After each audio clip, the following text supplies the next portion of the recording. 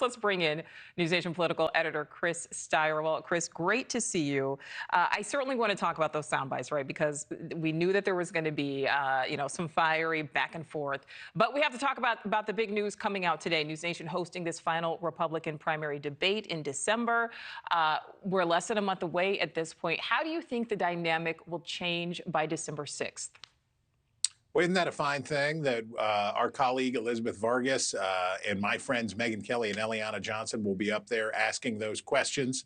That's a very good thing. I think it's good for Republicans. I think it's good for the country.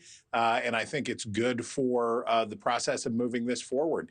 We are getting down to it. And what you heard from the contestants on stage last night in Miami, we're getting down to it. It's less than a month to that debate, but from that debate, it will only be about a month until the Iowa caucuses. And the reality for a Republican Party that has mostly been focused on Donald Trump, Donald Trump, Donald Trump, who Donald Trump will face in the final pairing, if you will, of the Republican nominating process, that's coming into much sharper view. And the conflict between Vivek Ramaswamy and basically everybody on the stage is consequential in the sense that it's good TV, it's obnoxious, there's a little bit of the pro wrestling smackdown there. It's that tension between Nikki Haley and Ron DeSantis that is what the essential question that Republicans are going to have to sort out.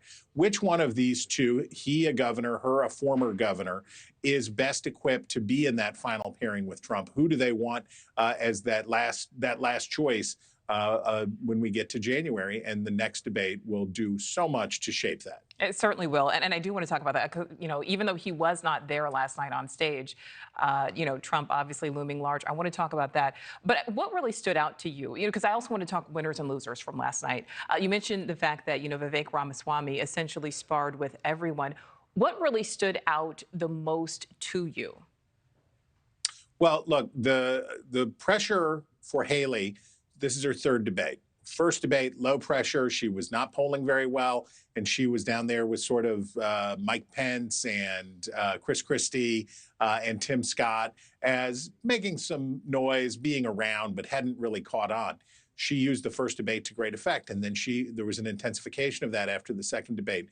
So as she moves toward the center of the stage, the pressure goes up, and she felt it, right? Mm-hmm. She was under the attack, not just from Ramaswamy, but also from DeSantis, very much so.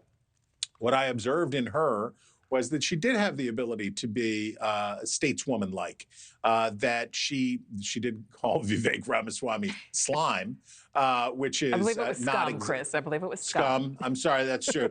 Scum is a stronger word than slime.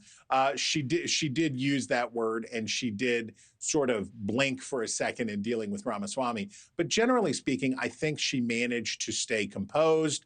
I think generally speaking, she managed to look like somebody who could be president, because that's what these debates are about. These debates are about voters at home looking at this and saying, can I imagine this person every day for 4 years being the person who I see on TV, the person who I'm reading about, the person who I can imagine as a president? And I think she's continued to pass that test. All right. Well, Chris, I mean, was there a clear winner? It certainly can be hard coming out of debates to say, somebody definitely won, somebody definitely lost. I mean, there was a lot of discussion on foreign policy last night. Obviously, we were talking about a former UN ambassador in Nikki Haley. Was she the winner? If not, who? And same question when it comes to the loser. If you take out the share of the Republican Party that's not just notionally supporting Donald Trump as the nominee, but that a third to 40% of the Republican Party that's really pro-Trump, if you take them out of the discussion, which basically you can because they're with Trump and Trump is at a rally across town and he's not there, if you take those voters out, the folks who are already hardcore settled on Trump, there isn't much disagreement on foreign policy when you get right down to it. The folks that Vivek Ramaswamy was talking to about cutting off Ukraine, backing away from Israel, doing those things, there's no constituency for that in the other 2/3 of the Republican Party. That's where Nikki Haley's experience really helps her as a former ambassador to the United Nations.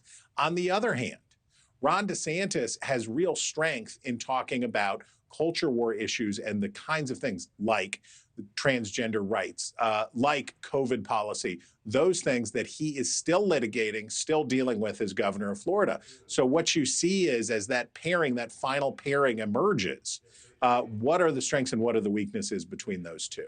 Thank you for watching. Go to newsnationnow.com to find News Nation on your television provider. And don't forget to click the red subscribe button below to get more of News Nation's fact-driven, unbiased coverage.